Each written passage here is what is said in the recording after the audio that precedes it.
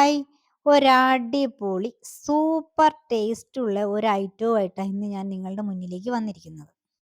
അതിന് കൂടുതൽ ഐറ്റംസ് ഒന്നും വേണ്ട. ദേ ഇത്രയും മതി. ഞാൻ ഇത്രയും പച്ചക്കറിയാണ് എടുത്തിരിക്കുന്നത്. വേണമെങ്കിൽ ക്യാപ്സിക്കം ഒക്കെ ചേർക്കാം. പക്ഷെ ഞാൻ ഇത്രയും ചേർത്ത് 4 മുട്ടയുമാണ് ഇവിടെ എടുത്തിരിക്കുന്നത്. അത് വെച്ചിട്ട് ഞാൻ ഉണ്ടാക്കാൻ പോകുന്ന നല്ല സൂപ്പർ ടേസ്റ്റി ആയിട്ടുള്ള ഒരു തട്ടുകട സ്റ്റൈൽ മുട്ട കുത്തിപ്പൊരിച്ചതാണ്. അപ്പോൾ ദേ ഞാൻ അതിന് വേണ്ട പച്ചക്കറി എല്ലാം ഇവിടെ ദേ റെഡിയാക്കി വച്ചിട്ടുണ്ട്. എന്നാൽ നമുക്ക് ഉണ്ടാക്കിയാലോ? അപ്പം ഞാൻ ദേ തട്ടുകട സ്റ്റൈൽ മുട്ട കുത്തിപ്പൊരിച്ചത് ഉണ്ടാക്കാൻ പോവാണ്. അതിനായിട്ട് ഞാൻ ദേ ഒരു പാൻ ചൂടാക്കാൻ വെച്ചു. അപ്പം നമ്മളിനി പാൻ ചൂടാവുന്ന വരെ ഒന്ന് വെയിറ്റ് ചെയ്യണം. ഇപ്പം പച്ചക്കറിയൊക്കെ ചേർക്കുന്നതുകൊണ്ട് പിള്ളേർക്കൊക്കെ ഇഷ്ടപ്പെടുന്ന ഒരു ഐറ്റമാണ് ഇത്. അപ്പോൾ ദേ പാൻ ചൂടായി കഴിഞ്ഞു. ഞാൻ അതിനകത്തേക്ക് ആവശ്യത്തിന് വെളിച്ചെണ്ണ ഒഴിച്ചു കൊടുക്കുകയാണ്. അപ്പം ഇനിയിപ്പോൾ വെളിച്ചെണ്ണ പയ്യെ ഒന്ന് ചൂടാവാൻ നമ്മൾ വെയിറ്റ് ചെയ്യണം. അപ്പോൾ വെളിച്ചെണ്ണ ചൂടായി കഴിയുമ്പോൾ നമ്മൾ ആദ്യം ചേർക്കേണ്ടത് സബോളയാണ്. അപ്പം ഞാൻ ദേ സബോള ദേ ഈ ഒരു വലിപ്പത്തിൽ അരിഞ്ഞു വെച്ചിരിക്കുന്നത് ഇതിലേക്ക് ചേർത്ത് കൊടുത്തു. ഇനി നമുക്ക് അല്പം ഈ സബോള ഒന്ന് വഴറ്റി കിട്ടാൻ വേണ്ടിയിട്ട് അല്പം ഉപ്പ് ചേർത്ത് കൊടുക്കുകയാണ്. അത് കഴിഞ്ഞ് നമുക്കിനി ഓരോന്നോരോന്നായിട്ട് ചേർത്ത് കൊടുക്കാം. അപ്പം ഞാൻ ദേ ആദ്യം ക്യാരറ്റ് ചെറുതായിട്ട് അരിഞ്ഞ് ചേർത്തു. ഇനി ദേ പച്ചമുളക് ഞാൻ 3 ചെറിയ പച്ചമുളകാണ് എടുത്തിരിക്കുന്നത്. അതും ചേർത്തു. പിന്നെ ദേ 2 ബീൻസ് ചെറിയ തീരെ കനം കുറച്ച് വേണം അരിയാൻ. അതും ചേർത്ത് കൊടുത്തു. ഇനി അതിനകത്തേക്ക് അവസാനമായിട്ട് ദേ തക്കാളി കൂടി ചേർത്ത് കൊടുക്കുകയാണ്. ഒരു തക്കാളിയാണ് ഞാനിവിടെ എടുത്തിരിക്കുന്നത്. അപ്പം ഇനി ഇത്രയും ചേർത്തിട്ട് നമ്മൾ ഇതെല്ലാം കൂടി ഒന്ന് നന്നായിട്ട് വഴറ്റിയെടുക്കണം.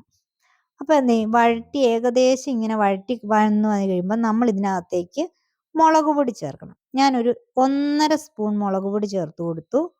പിന്നെ ഞാനൊരു 1/4 സ്പൂൺ മഞ്ഞൾപ്പൊടിയും ചേർത്ത് കൊടുത്തു. ഇനി അടുത്തതായിട്ട് ചേർക്കേണ്ടത് ഒരു 1/2 സ്പൂൺ ഗരം മസാലപ്പൊടിയാണ്.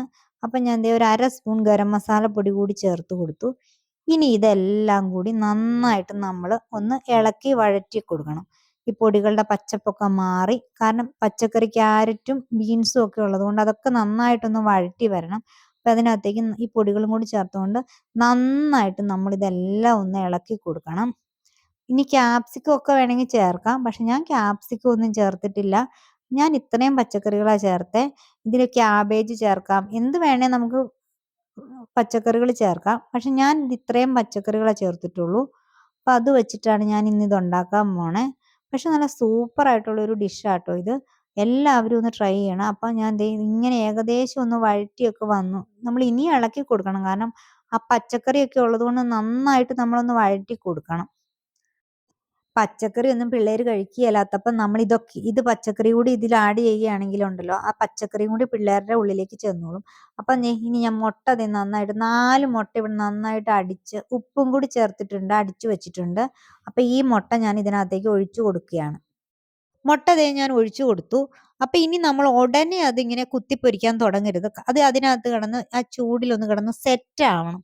എന്നാലേ നമുക്ക് ശരിയാവുള്ളൂ. അപ്പം ഞാനത് സെറ്റ് ആവണേടം വരെ ഒന്ന് വെയിറ്റ് ചെയ്യണം. സെറ്റ് ആവുന്നതിന് മുമ്പ് നമ്മളിങ്ങനെ കുത്തിപ്പൊരിച്ച് കഴിഞ്ഞാൽ അത് പൊടി പൊടി പോലെ ആകും.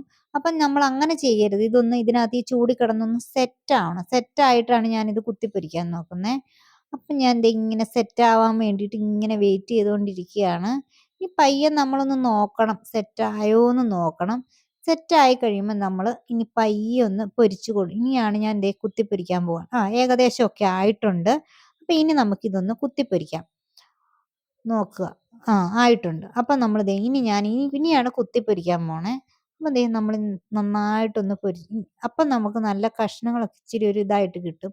അല്ലെങ്കിൽ തീരെ പൊടി പൊടിയായിട്ട് പോകും. അപ്പം അതൊരു സുഖമില്ല. തട്ടുകടയിൽ നിന്നൊക്കെ കിട്ടുന്നത് നല്ല സ്റ്റൈലായിട്ട് ഇങ്ങനെയുള്ളതല്ലേ.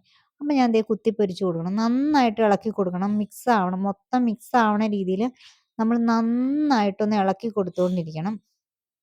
അപ്പം ദേ നമ്മുടെ മുട്ട കുത്തിപ്പൊരിച്ചത് ഏകദേശമൊക്കെ ആയി തുടങ്ങിയിട്ടുണ്ട്. എന്നാലും ഒന്ന് ഇളക്കി കൊടുത്തോണ്ടിരിക്കണം. ഇവിടെയും നമ്മൾ കുറച്ച് നേരം ഇളക്കി കൊടുത്തോണ്ടിരിക്കണം. ഈ തട്ടുകടയിലൊക്കെ നമ്മൾ കണ്ടിട്ടില്ലേ നന്നായിട്ട് അവരുടെ ഇളക്ക് നല്ല അടിപൊളിയായിട്ട് സ്പീഡിൽ അതുപോലെയൊന്നും ഇളക്കാൻ പറ്റിയില്ലേലും നമുക്ക് പറ്റുന്ന രീതിയിൽ നമ്മൾ ഇളക്കി കൊടുത്തോണ്ടിരിക്കണം. ദേ ഏകദേശമൊക്കെ ആയി തുടങ്ങി. ഇപ്പം ദേ ഏകദേശം പൂർണ്ണമായിട്ടോ. ഇതുപോലെയൊക്കെയാണ് ഏകദേശം.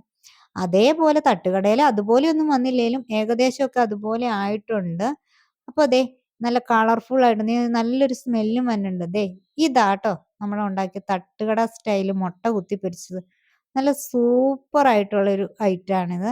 അപ്പോൾ എല്ലാവരും ഇതൊന്ന് ട്രൈ ചെയ്യണം. അപ്പോൾ ഇത് കഴിക്കാൻ വേണ്ടിയിട്ട് നമുക്ക് തട്ടുകടയിലേക്കൊന്നും പോകേണ്ട കാര്യമില്ല. നമ്മുടെ വീട്ടിൽ തന്നെ നമുക്ക് ഉണ്ടാക്കാം. അപ്പോൾ ഈ വീഡിയോ കണ്ടിട്ട് ഇഷ്ടമായാൽ സബ്സ്ക്രൈബ് ചെയ്യണം. ലൈക്കും കമൻറ്റും കൊടുക്കണേ.